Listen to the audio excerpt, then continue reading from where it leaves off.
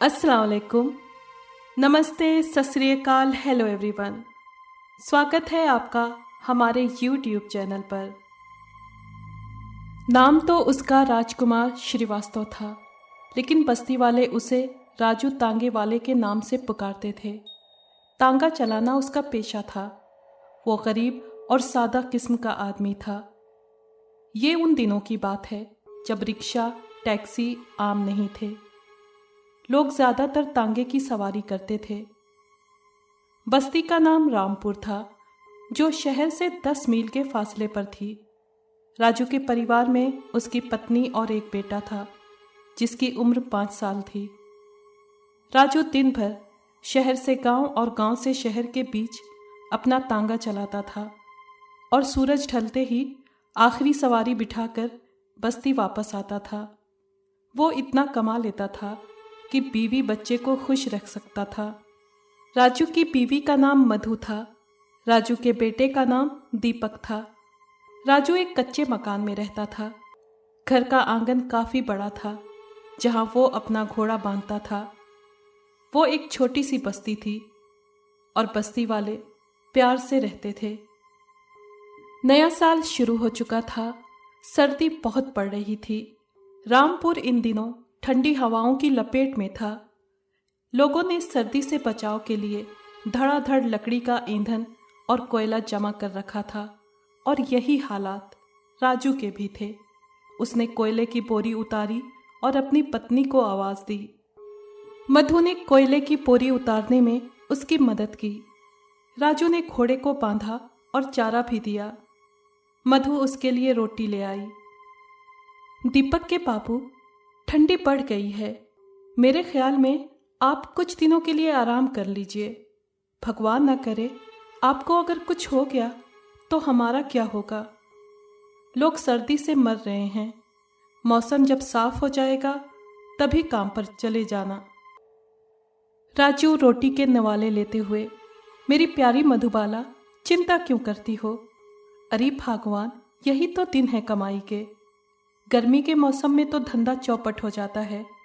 बस्ती वाले सर्दी में ज़्यादा शहर जाते हैं। अगर यूं मैं सर्दी से घबरा कर घर बैठ जाऊं तो तुम लोगों का पेट किस तरह पालूंगा। रामपुर की बस्ती काफ़ी अमन सुकून वाली बस्ती थी। कोई इक्का दुक्का घटना होती रहती थी, जैसे किसी जानवर को कोई जंगली चीता ले गया या किसी लकड़हारे को सांप ने डस लिया। बस्ती के पास वाला जंगल काफ़ी शांत था।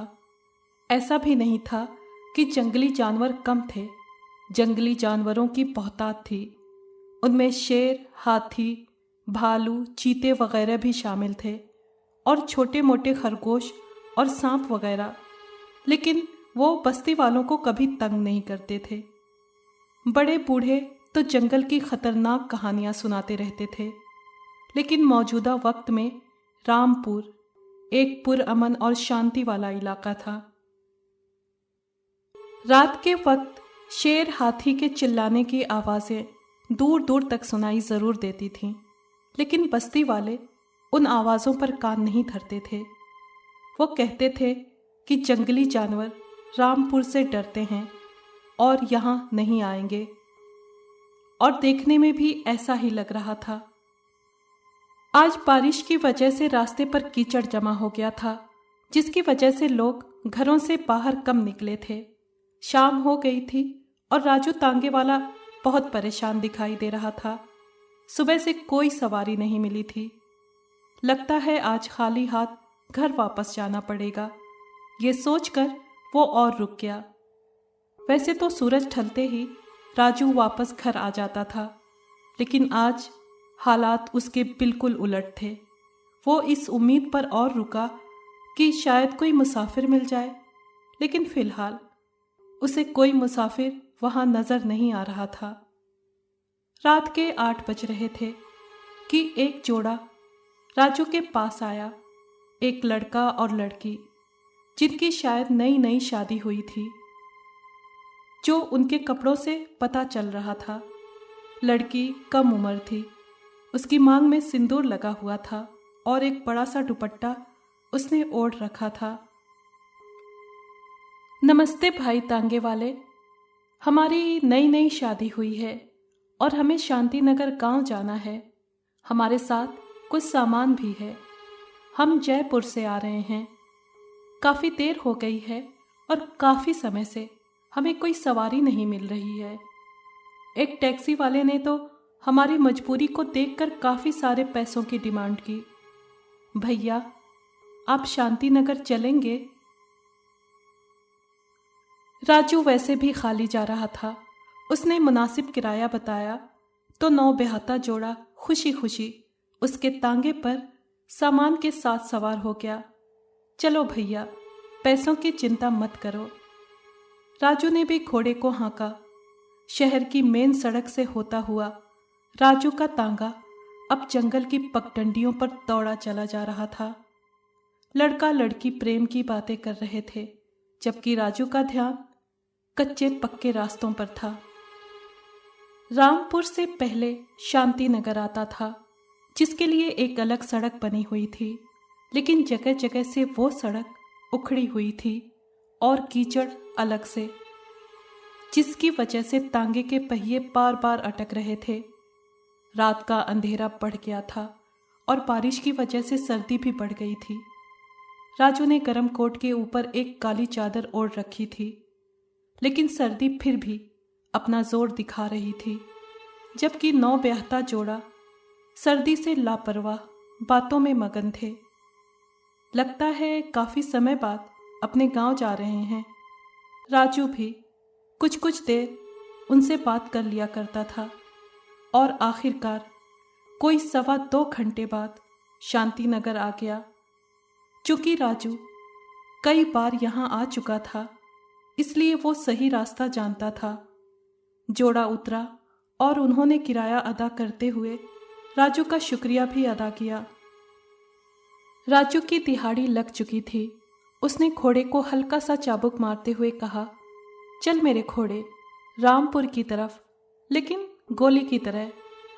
बेज़बान जानवर राजू की ज़बान समझ गया और सरपट दौड़ने लगा। आते समय तो 3 लोग थे, लेकिन वापस जाते समय वो अकेला था। ये सोचते हुए वो काफ़ी डर रहा था, और डरता भी क्यों नहीं। काली रात में जंगल और भी डरावना दिखाई दे रहा था। चारों ओर जंगली जानवरों की आवाज़ और भेड़िए की खास आवाज़ से तो राजू क्या, उसका घोड़ा भी डर की हालत से गुजर रहा था। तांगा अब रामपुर की सड़क पर दौड़ रहा था कि अचानक राजू की नज़र जंगल में बने पुराने मंदिर पर पड़ी, जिसकी सीढ़ियों पर कोई बैठा हुआ था। ये रात के इस समय मंदिर की सीढ़ियों पर कौन बैठा है? राजू ने खुद ही बड़बड़ाते हुए कहा और घोड़े को लगाम दी। शायद कोई रास्ता भूल गया है। मुझे इंसानी हमदर्दी के तहत जो कोई भी है उसकी मदद करनी चाहिए। ये सोचकर राजू के कदम पुराने मंदिर की सीढ़ियों की तरफ बढ़ने लगे। थोड़ा थोड़ा डर भी उसे लग रहा था, लेकिन मदद के जज्बे के तहत उसके कदम रुक नहीं रहे थे। अब उसे सीढ़ियों पर बैठी हुई औरत साफ नजर आ रही थी। वो लाल साड़ी में लिपटी जवान औरत थी। बड़ी काली चादर उसने सर पर ओढ़ रखी थी, जिसके पल्लू से उसका चेहरा पूरी तरह से ढका हुआ था। राजू उसके करीब आया। माफ करना, आप कौन हैं और इस समय यहाँ क्या कर रही हैं? आपको मेरी सहायता की ज़रूरत तो नहीं? वो औरत चुप रही। तब राजू की परेशानी और बढ़ गई। देखो, मेरे पास ज़्यादा समय नहीं है। आपको अगर कहीं जाना है तो मैं आपको तांगे पर छोड़ आता हूँ। अजीब औरत है, भलाई का तो कोई ज़माना ही नहीं। राजू ने वापसी की राह ली। उसका घोड़ा बहुत डरा हुआ था। शायद कोई डरावनी चीज़ देख ली थी। राजू ने उसकी पीठ थपथपाई। चलो दोस्त, हमने अपना फ़र्ज़ निभाया। शायद घर से भागी हुई कन्या है, जो शायद अपने मित्र के इंतज़ार में बैठी है। घोड़ा हिनहिनाया। शायद वो राजू की बात से इत्तेफाक नहीं कर रहा था। रामपुर तक आते आते आधी रात बीत चुकी थी। घर पर उसकी पत्नी परेशान हाल उसका इंतजार कर रही थी। राजू को आता देखकर वो भागती हुई उससे चिमट गई। कब से तुम्हारा इंतजार कर रही हूं, इतनी देर कहां लगा दी? राजू ने घोड़े को बांधा, लेकिन घोड़े के तेवर बदले हुए थे। राजू समझा शायद थकन की वजह से उसका घोड़ा परेशान है। मेरी मधुबाला, कितनी दफा समझाया है कि सवारी की वजह से देर सवेर हो जाती है, और आज भी कुछ ऐसा ही हुआ। शांति नगर की सवारी थी, इसलिए देर हो गई है। उसकी बीवी उसके लिए खाना ले आई। खाने से फ्री होकर राजू बाहर आंगन में बंधे घोड़े के पास आया, जो अब भी डरा हुआ था। दूसरी तरफ घास भी उसी तरह पड़ी हुई थी। राजू को घोड़े की हालत समझ नहीं आ रही थी। वो अब भी यही समझ रहा था कि घोड़ा बहुत ज़्यादा थका हुआ है, पर सच तो ये है कि घोड़े ने वो सब कुछ देख लिया था जो राजू देख नहीं पाया था, या फिर राजू ने आसपास की चीज़ों पर ज़्यादा ध्यान नहीं दिया था। राजू का घोड़ा दिन ब दिन लागर और कमज़ोर होता जा रहा था। घोड़े की ऐसी हालत देखकर राजू बहुत परेशान हो गया था। उसकी पत्नी ने उसे मशवरा दिया कि शहर में किसी अच्छे जानवरों के डॉक्टर को दिखा दो। अगले दिन राजू सीधा अपने घोड़े को लेकर जानवरों के डॉक्टर के पास गया। डॉक्टर काफ़ी बड़ी उम्र के थे। उन्होंने घोड़े का मुआयना किया। घोड़ा लगातार डरा हुआ था। डॉक्टर ने कुछ दवाइयाँ लिखकर राजू को थमाते हुए कहा, देखो श्रीमान, दवाइयाँ तो मैंने लिख दी हैं, मगर। राजू ने दवाइयों की पर्ची लेते हुए हैरत से पूछा, मगर क्या डॉक्टर साहब? डॉक्टर कुछ देर के बाद, दवाइयाँ तो केवल शरीर पर असर करती हैं, परंतु आपका घोड़ा बहुत ज़्यादा डरा हुआ है। लगता है इसने कोई बेहद डरावनी और भयानक चीज़ देख ली है। राजू की परेशानी और बढ़ गई। मैं समझा नहीं डॉक्टर साहब। डॉक्टर ने उसे और समझाते हुए कहा, जानवर वो कुछ देख लेते हैं जो इंसानी आंख नहीं देख पाती। कोई आत्मा, कोई साया, कोई बला या कोई आने वाली आफत। राजू अभी भी नासमझी की हालत में था। दिमाग पर जोर लगाओ और सोच कर बताओ कि घोड़े की हालत कब से ऐसी है। राजू कुछ देर सोचता रहा और फिर बोला, कुछ दिन पहले घर लौटते हुए काफ़ी देर हो गई थी। पास वाले गांव में सवारी को छोड़कर मैं अपने गांव रामपुर जा रहा था कि अचानक मेरी नज़र पुराने मंदिर की सीढ़ियों पर बैठी एक कन्या पर पड़ी। मैंने पास ही तांगा रोका था, लेकिन हैरत की बात है डॉक्टर साहब, मेरे बार बार कहने पर भी वो औरत पूरी तरह खामोश बैठी थी। उसने मुंह पर पूरी तरह से दुपट्टा डाल रखा था। मैं उसका चेहरा भी नहीं देख पाया। वापस आया तो घोड़े को डरा हुआ पाया था। उस दिन के बाद से मेरे घोड़े की हालत ख़राब है और अब वो आपके सामने है। मैं आशा करता हूँ आप जल्द उसे ठीक कर देंगे। डॉक्टर बोला, यही तो मैं आपको समझाना चाहता हूँ। वो कन्या नहीं बल्कि एक आत्मा थी जो कब से जंगलों में भटक रही है। आपके घोड़े ने उस आत्मा को देख लिया था, तभी वो डर के मारे जी रहा है। जानवर वो देख लेते हैं जो आम इंसान नहीं देख पाते। आपके घोड़े के शरीर की दवाई तो मैंने तुम्हें दे दी है, लेकिन मेरी मानो तो किसी अच्छे तांत्रिक से घर में पूजा पाठ करवाओ और घोड़े को भी दिखाओ। आगे आपकी मर्जी। और हाँ, आपके घोड़े के पास समय बहुत कम है। राजू को विश्वास ही नहीं आ रहा था कि वो किस मुसीबत में फंस चुका है। उसने घोड़े के लिए दवाइयाँ खरीदी। सूरज अभी बाकी था। वो सीधा लारी अड्डे की तरफ आया। आज भी काफ़ी इंतज़ार किया, मगर सवारी नहीं मिली। सूरज ढल चुका था। रात अंधेरी होती जा रही थी। आज फिर वो मायूस था। उसने घोड़े की तरफ देखा और वापसी की राह ली। उसका खाली तांगा धीरे धीरे चल रहा था। पुराने मंदिर तक पहुंचते रात गहरी हो चुकी थी। राजू को दूर से एक साया नजर आया जो रास्ते पर खड़ा नजर आया। राजू ने सुख का सांस लिया कि शुक्र है कोई तो सवारी मिली। करीब आने पर पता चला कि वो कोई औरत है जिसने अपना चेहरा घूंघट में छिपाया हुआ है। उसे देखकर राजू का घोड़ा अजीब अंदाज में चीखने चिल्लाने लगा। बड़ी मुश्किल से राजू ने उसे लगाम दी। अरे इसे क्या हो गया? राजू डॉक्टर की बात बिल्कुल भूल चुका था। वो औरत से बोला, बहन जी आपको कहाँ जाना है? वो खामोश रही। राजू को हैरत हुई। देखो मैं रामपुर जा रहा हूँ। यहाँ तांगे के सिवा और कोई सवारी नहीं चलती।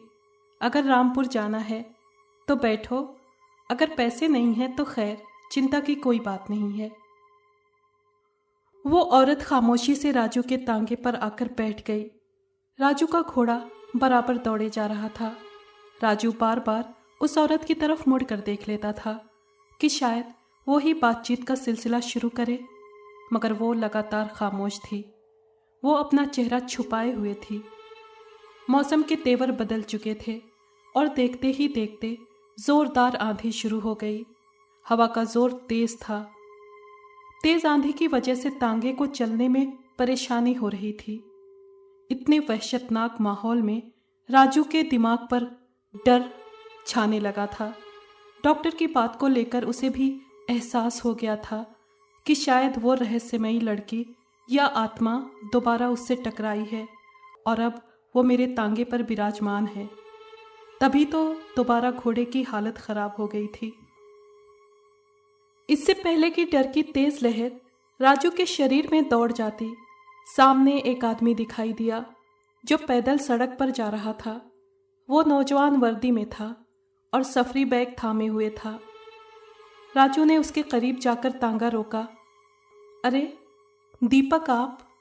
और इस समय? दीपक उसका दोस्त था। दीपक फौज में भर्ती हुआ था। अरे दीपक, आप लॉरी अड्डे से पैदल गांव आ रहे हो, जबकि मैं भी वहां पर था। आप मेरे तांगे पर आ जाते। दीपक बोला, लॉरी अड्डे तक पहुंचते देर हो गई थी और आप भी वहां नजर नहीं आए, इसलिए पैदल चल पड़ा। वैसे भी फौजी हूं और 10 मील का फासला मेरे लिए कुछ भी नहीं है। राजू बोला, यार वापसी पर एक मजबूर औरत रास्ते पर मिली, उसे भी तांगे पर सवार किया। आप पिछली सीट पर आ जाओ। दीपक ने हैरत से कहा, परंतु आपका तांगा तो खाली है। राजू भी हैरान रह गया। अरे अभी तो यहाँ बैठी थी, कहाँ गायब हो गई? दीपक तांगे पर बैठे हुए मजाक में बोला, जहां तक मेरी जानकारी है राजू एक शरीफ आदमी था। कहीं वो लड़की? राजू उसका मजाक समझ गया था। अरे नहीं यार, ऐसी कोई बात नहीं। वो कोई अजनबी औरत थी और पूरे रास्ते हमारी उससे कोई बातचीत भी नहीं हुई। खैर चलते हैं गांव। राजू का तांगा तेजी से रामपुर की तरफ जा रहा था। राजू की पत्नी काफी समय से उसकी राह तक रही थी। राजू को देखकर उसकी जान में जान आई। अरे ये आप कहाँ रह गए थे? राजू ने घोड़े को बांधा जो अब भी डरा हुआ था। अरे मेरी मधुबाला, घोड़े को डॉक्टर के पास ले गया था, इसी वजह से देर हो गई। और कितनी दफा कहा है कि मेरा काम ही ऐसा है, देर सवेर होती रहती है, चिंता करने की जरूरत नहीं है। सर्दी की तेजी से राजू के हाथ पैर ठंडे हो गए थे। राजू की पत्नी ने लकड़ियों का ईंधन के साथ कोयले की आग जलाई थी। राजू ने हाथ मुंह धोया और आग सेकने बैठ गया। राजू की पत्नी उसके लिए रोटी ले आई। राजू बार बार घोड़े की तरफ देख रहा था। उसने डॉक्टर वाली बात पत्नी से भी शेयर की, जिसे सुनकर वो भी फिक्रमंद हो गई। उसने भी राजू को मशवरा दिया कि किसी दिन घर में पूजा का एहतमाम किया जाए, ताकि जो कोई भी काली शक्ति या आत्मा हो उससे छुटकारा हासिल किया जाए। कुछ देर वो बातें करते रहे और फिर बिस्तर पर सो गए। सुबह राजू का घोड़ा मुर्दा पाया गया। घोड़े की अचानक मौत पर दोनों मियाँ बीवी काफ़ी दुखी हो गए। अपने प्यारे घोड़े की मौत पर राजू सर पकड़कर काफ़ी देर तक रोता रहा, जबकि उसकी पत्नी उसे दिलासा देती रही। राजू का घोड़ा मर गया। पूरे गांव में ये बात फैल गई। हर कोई राजू से हमदर्दी करने आ रहा था। घोड़े के सोग में काफ़ी दिन गुजर गए थे और अब राजू बेरोजगार हो गया था। अब वह मेहनत मजदूरी करता था और जंगल से लकड़ियां काटकर उन्हें बेचता था और इस तरह से घर का चूल्हा जलता था। एक दिन वो बस्ती के पंडित के पास गया और कहा, पंडित जी, मुझे अपने घोड़े की मौत पर अभी तक दुख है, लेकिन समझ में नहीं आ रहा कि ये सब यूं अचानक कैसे हो गया। और इस तरह राजू ने पंडित जी को डॉक्टर वाली बात भी बता दी। पंडित जी ने उसे दिलासा देते हुए कहा, देखो बेटा, मौत अटल है। हर जीव को मौत का मज़ा चखना है। मेरे विचार से डॉक्टर की बात बिल्कुल सही थी। और राजू बेटा, ये भी सच है कि इस संसार में काली शक्तियाँ और आत्माएं भी मौजूद हैं और रात के समय वो बलाएं बाहर निकलती हैं। हमारे बड़े बूढ़ों के मुताबिक इन जंगलों में एक आत्मा सदियों से भटक रही है और रामपुर में काफ़ी लोगों ने रात के समय उस भटकती आत्मा को अपनी आंखों से देखा भी है, लेकिन उन्होंने बात नहीं फैलाई। तुम्हारे घोड़े को वो आत्मा नजर आ गई थी जिसे तुमने मंदिर की सीढ़ियों पर औरत के रूप में देखा। दरअसल वो नकाब वाली औरत एक भटकती हुई आत्मा है। भगवान का शुक्र अदा करो कि उसने तुझे जिंदा छोड़ दिया। बेटा, मेरी बात याद रखना, रात के समय कभी अकेले जंगल में नहीं जाना, मगर दिन के समय अवश्य जा सकते हो। राजू शुक्रिया अदा करके वापस घर आ गया। वो सुबह सवेरे कुल्हाड़ा रस्सी लेकर जंगल की तरफ निकल जाता था और सूखी लकड़ियां काटकर गांव में बेचता था और इस तरह मेहनत करके अपना गुजारा करता था। जंगल काफ़ी बड़ा और गहरा था, इसलिए सूखी लकड़ियां उसे बड़ी मात्रा में मिल जाया करती थीं। अब गांव वाले उसे राजू लकड़हारा के नाम से पुकारते थे। सर्दियों के आखिरी दिन थे। एक दिन राजू कुल्हाड़ा लेकर लकड़ियां काटने के लिए जंगल में गया। आसपास से सूखी लकड़ियां बहुत कम मात्रा में मिली, इसलिए राजू काफ़ी आगे निकल गया। दोपहर से शाम हो गई थी। अब वो जंगल के उस हिस्से में दाखिल हो गया था जहां खतरनाक जंगली जानवर पाए जाते थे। इतनी ज़्यादा मात्रा में सूखी लकड़ियां देखकर राजू हैरान रह गया। लगता है जंगल का ये वाला हिस्सा रामपुर के लकड़हारों की नज़रों से ओझल है, उसने खुद बड़बड़ाते हुए कहा और समय बर्बाद किए बगैर लकड़ियां काटने लगा। अभी थोड़ी देर भी नहीं गुजरी थी कि एक चीता अचानक कहीं से आ गया, जिसकी दहाड़ सुनकर राजू के होश उड़ गए। अपनी जान बचाने के लिए वो दौड़ा और एक लंबे घने पेड़ पर चढ़ गया। चीता राजू को देखकर जोर जोर से दहाड़ने लगा, जिससे जंगल में अचानक शोर मच गया। चीता बार बार पेड़ पर ऊपर चढ़ने की नाकाम कोशिश कर रहा था। डर और खौफ के मारे राजू की सिट्टी पिट्टी गुम हो गई थी और सर्दी में भी पसीने छूट रहे थे। वो इस वक्त को कोस रहा था जब वो यहाँ आया था। चीता भी पास नहीं आया। उसने फैसला कर लिया था कि वो आज अपना शिकार हासिल करके ही दम लेगा। वो पेड़ के नीचे ज़मीन पर बैठ गया ताकि उसका शिकार नीचे उतरे और वो उसे दबोच ले। सूरज ढल चुका था, मगर चीता अपनी जगह से नहीं उठा। आखिरकार लंबे इंतज़ार के बाद चीता अपनी जगह से उठा और राजू की तरफ देखकर गुस्से से दहाड़ा और वापस चला गया। राजू काफ़ी देर से इस इंतज़ार में पेड़ के ऊपर बैठा था कि कब चीता वापस जाता है और वो पेड़ से नीचे उतरे। चीते के जाने के काफ़ी देर बाद भी वो पेड़ के ऊपर बैठा रहा। जब राजू को यकीन हो गया कि चीता वहाँ से काफ़ी दूर निकल गया होगा, तभी वो दबे पांव पेड़ से नीचे उतरा। और अपना कुल्हाड़ा संभाला, इधर उधर देखा और वापसी के लिए दौड़ लगा दी। रात गहरी अंधेरी हो गई थी और शायद वो रास्ता भी भटक गया था। अचानक एक औरत उसके सामने आ गई, जिसका चेहरा पूरी तरह से घूंघट में छुपा हुआ था। राजू के भागते कदम रुक गए। राजू को डॉक्टर और पंडित जी की बात याद आ गई।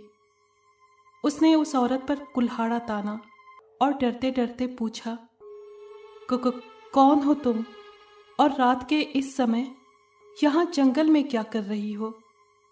पहले तो वो खामोश रही, लेकिन जब राजू ने उसे कुल्हाड़ा मारने की धमकी दी तो फौरन उसने अपना घूंघट उलट दिया और फिर देखते ही देखते एक भयानक चीख के साथ राजू वहां से भागा, क्योंकि घूंघट के पीछे किसी का भी चेहरा नहीं था, कोई वजूद नहीं था, बल्कि ऐसा लगता था कि किसी ने हवा के ऊपर घूंघट ओढ़ा दिया हो। राजू डर के आलम में गिरता पड़ता भाग रहा था। उसके दिल की धड़कन बढ़ गई थी और रामपुर पहुंचते पहुंचते उसके दिल ने धड़कना छोड़ दिया था। राजू को हार्ट अटैक हुआ और वो मर गया। अपने घोड़े की तरह राजू भी मुर्दा पाया गया और फिर राजू के बाद तो लोगों ने हमेशा हमेशा के लिए रात में पुराने मंदिर के रास्ते से आना जाना छोड़ दिया।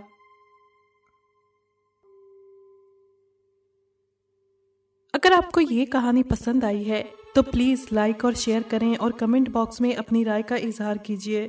अगर आपने हमारे चैनल को अभी तक सब्सक्राइब नहीं किया है तो प्लीज़ सब्सक्राइब कर लें और बेल आइकन को प्रेस कर दें ताकि आने वाली हर कहानी का नोटिफिकेशन आपको मिल सके। शुक्रिया।